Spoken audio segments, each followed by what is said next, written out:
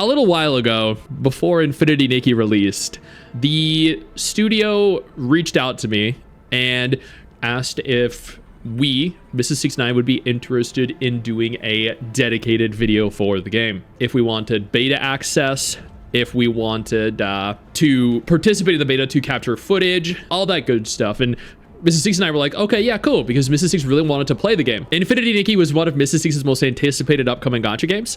It was a dress-up game with an open world. There was combat in it. But it was super cute and targeted that, you know, the female demographic in a way that no other gacha game did. She had been hyped for it, just like right now she's hyped for a Nemo. And we were like, yeah, sure. We sent out our rates. They got back to us. They were like, your rates look good. You know, we're more than happy. And they gave us access to the beta. I'm like, awesome. Thank you so much. We appreciate that.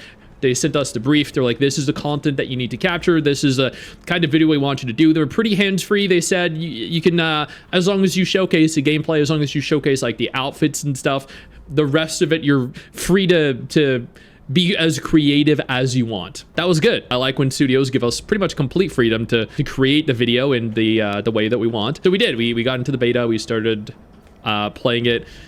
I believe at one point, I don't remember the exact timeline for this with regards to the beta, with regards to the acquisition of the footage to do the video and the full official post date. So the timeline here might be a little bit off. Don't quote me on the exact time frame with the subsequent sequence of events that happened, but they offered us access to the game. It might not have even been the beta test. It might have been a pre-beta, or it might have been a content creator server. I'm not like exact on these specifics here. Now, at that juncture, they had drafted up the contract and they'd sent it over, because when playing through a game, when acquiring footage, when doing a sponsored video, there's always that contract in place to make sure both parties leave happy, that the requirements set by both parties are fulfilled, and that no party can take advantage of the other. That way, they offer like a certain number of edits. That way they can't just require you edit indefinitely.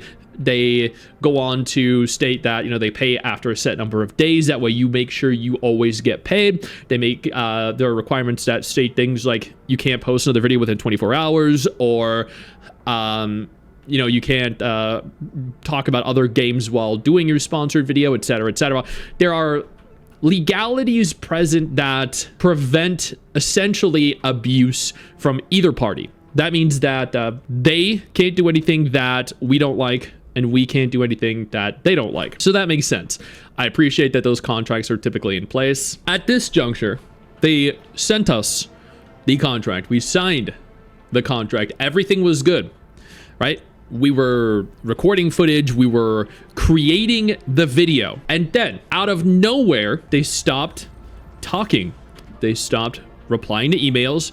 They stopped communicating. That was a little concerning. I made this tweet going over that. This was, now I've obscured a bunch of the email because I don't want to show the email for privacy reasons, like all of it. This is the paid collaboration for our channel on Infinity Nikki. They stated the collaboration brief for Infinity Nikki, YouTube dedicated video.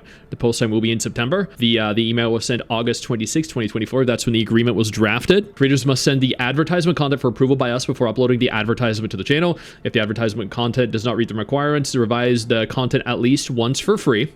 The advertisement content needs to stay on the channel forever or guaranteed at least a year. Don't do other paid ads and promote other brands in the video we sponsor.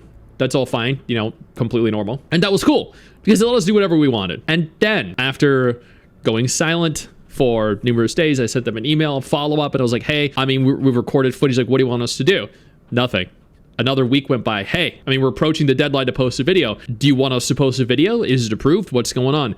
Silence. Nothing. Okay. The deadline passes. We have been recording footage for the game. We have a video done that they paid us for. We put in all that time. Mrs. Stix and I both. Mrs. Stix more than me, actually, because she did a lot of the recording of the gameplay. We had put in time. We had put in effort. We had did a sponsored, paid for, dedicated video for them, and they ghosted us. I've talked about this like twice over the course of the last year. Now, maybe they ghosted us because they were cheap and they didn't want to pay us. Maybe they thought that we were baby back bitches and we were going to post that video because we'd already put in all that time, all that effort, and we didn't want it to go to waste. Little did they know specifically, I am a petty motherfucker. And I am happy putting in 50 hours worth of time into a video and then not posting it just out of spite. Now, Mrs. Stix, I did a previous video on Infinity Nikki that got like 50, 60,000 views. So evidently the hype was there. And this one probably would have gotten even more given it was leading up to the full release. So we didn't post it. And instead, I talked shit about them as a company and them as a game. Because I was like, fuck you. If you're gonna, pay us, contract us, which should theoretically be legally binding. But I mean, if I took them to court, there's no way I was going to win that. They have billions of dollars as a company. I have nothing. So I didn't bother. It's like, whatever, man. But I was like, nah, not even going to bother. Trash the video. Like 2 weeks worth of time, effort wasted. And I was like, I don't want to work with them ever again. That sucks. And then, all the crap happened with them that really dragged the game down and had it in the terrible state that the game was in, which is hilarious, by the way. That is called karma. Haha. They decided to reach out again, chat. And this is ahead of the 2.0 release. And they said, Stix, hope you're doing well. We're reaching out to propose a collab we have. We have offline event footage. And again, I obscured the names. It was sent on November 25th. Event footage from Infinity Nikki. We'd like you to react to it for a YouTube dedicated video. I said, sure. 2.0 is apparently being hyped online. Lots of people are very excited for it. I think they ghosted you after they found out you gave them criticism on their game. I didn't criticize the game before that. I'd only done positive videos on it up until that point. Yo, I don't mean to interrupt the video, but I need to take a moment here to thank all my incredible patrons over on Patreon whose support continues to allow for me to do regular videos like this every single day on this channel. Thank y'all so much, including our YouTube channel members. You guys mean the world to me. So do you guys as viewers as well. Now, without further ado, let's continue. We need the video posted by November 30th. There was a 4-day window, chat, to record and edit all of this on Thanksgiving. They reached out Thanksgiving and they said you have a couple days to react to the video, record it, edit it, send it off, get it approved, make sufficient edits. All of this. They said we can share the footage with you as soon as possible. And I was like, okay, you know what? Sure. I'll go ahead and do that. 2.0 is hype. I'd love to do a dedicated video showcasing all the event footage. I actually love those videos. They're always the coolest kinds of videos because I've done it for so many games in the past for sponsors. So I responded and I was like, yeah, sure, awesome. And then November 27th, 2 days later, hi Stix, we'd like to move forward with Stix's YouTube channel in a short form format. The footage will be sent to you by the 28th. So the original was the 25th. This is the 27th. They said by the 28th, you will have the footage. So the 28th, you will acquire the footage. You will react to it, record it, edit it, send it to us for approval so it can be approved on the 29th, ready for posting on the 30th. There is less than a 48-hour window to do this entire sponsorship. They were ready to prepare the agreement and everything. So at this point, contractually obligated to actually fulfill the requirements of the sponsorship, right? Right? You'd think so. That same day where they had the footage for us prepared to send on the 28th, they respond by saying, hi Stix, this is 11 p.m. by the way, at night, Thanksgiving week. Hi Stix, super sorry to say, we can't move forward with our collaboration this time. The event materials aren't ready. The event materials aren't ready, they said. After saying, we have the footage. Legit, we have the footage on the 25th. On the 27th, they said, we'll send you the footage. On the 28th, they state, I'm sorry, we don't have it. The event materials still aren't ready. They probably won't be out until the 30th. Given the tight timeline, the team has decided to go with the official approach directly. Now, I was like, what is the official approach? And they're like, well, it's just, we're not entirely sure. Like, I didn't screen cap that because that was it, like, end of conversation. Because I sent them a very scathing response, and I was like, yo, y'all need to get your shit together because this is absurd. This is the second time you guys have done this to me. You send me a contract, you have me sign stuff, you make me get ready to record or have me record, and then you cancel on me last minute. The sheer and utter incompetence, man. But they said the sad face emoji. They did. They made sure to send me a sad face emoji. No, other content creators I know have not done anything with Infinity Nikki. The majority of content creators that I know have never worked with Infinity Nikki. On the contrary, I've talked to content creators specifically that actually have worked with Infinity Nikki, that actively work with them, that have Infinity Nikki dedicated YouTube channels, and they have said the teams themselves, like the marketing team and everything, are horrible.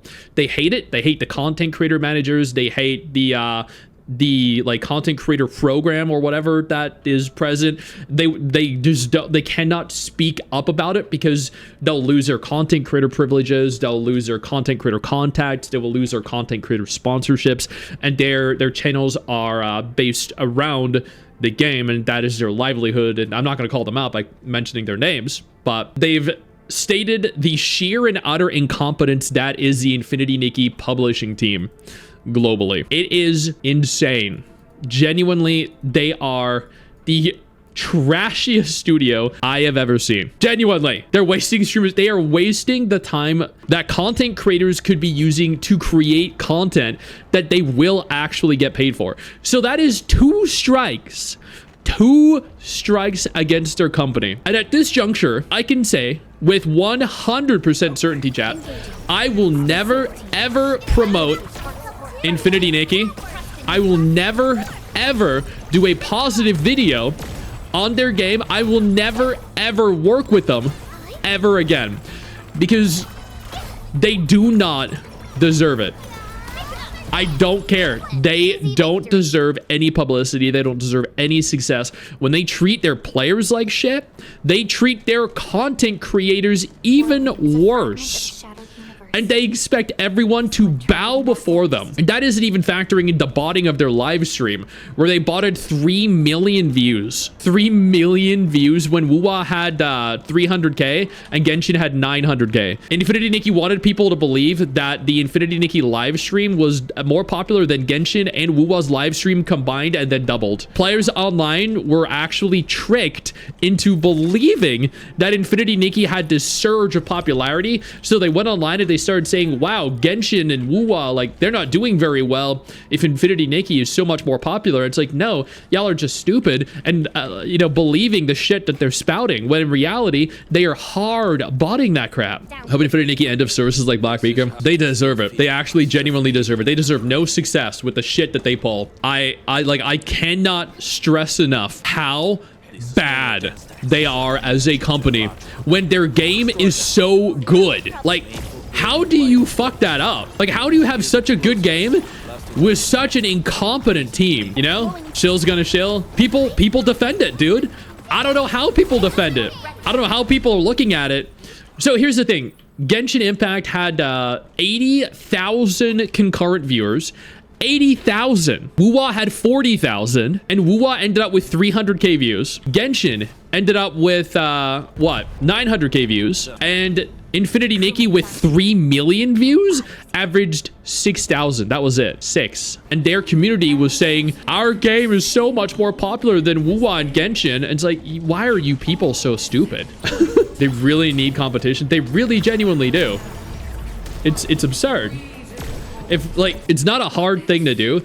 Literally just be a company like Kudo Games with Wuthering Waves and then just make a game like Infinity Nikki, but not predatory, right? Make the outfits cheaper. Don't increase the pity. Reward your players for playing, and the first thing that'll happen is that people will immediately abandon Infinity Nikki. It's that simple. Hey, people so much for the loyalty for a company that turned a blind eye to everything. I know. Yep, same here. Like, there's tribalism between communities, and then there's that. You know, there's that toxic positivity and reinforcement of a company that doesn't care about you. But beyond that, like, it's one thing to you know, disrespect your players.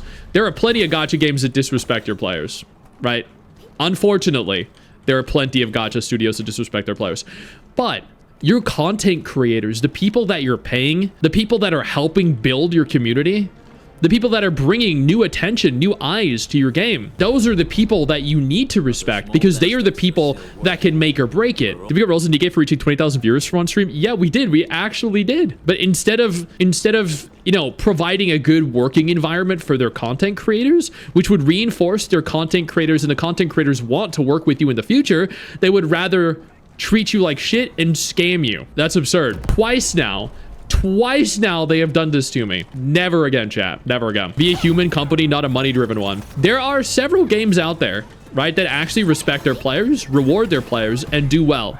Brown Dust 2 is one such company, you know, or the game, Brown Dust 2 and the studio, respect their players, reward their players. Kudo with Wuthering Waves, respect and reward their players.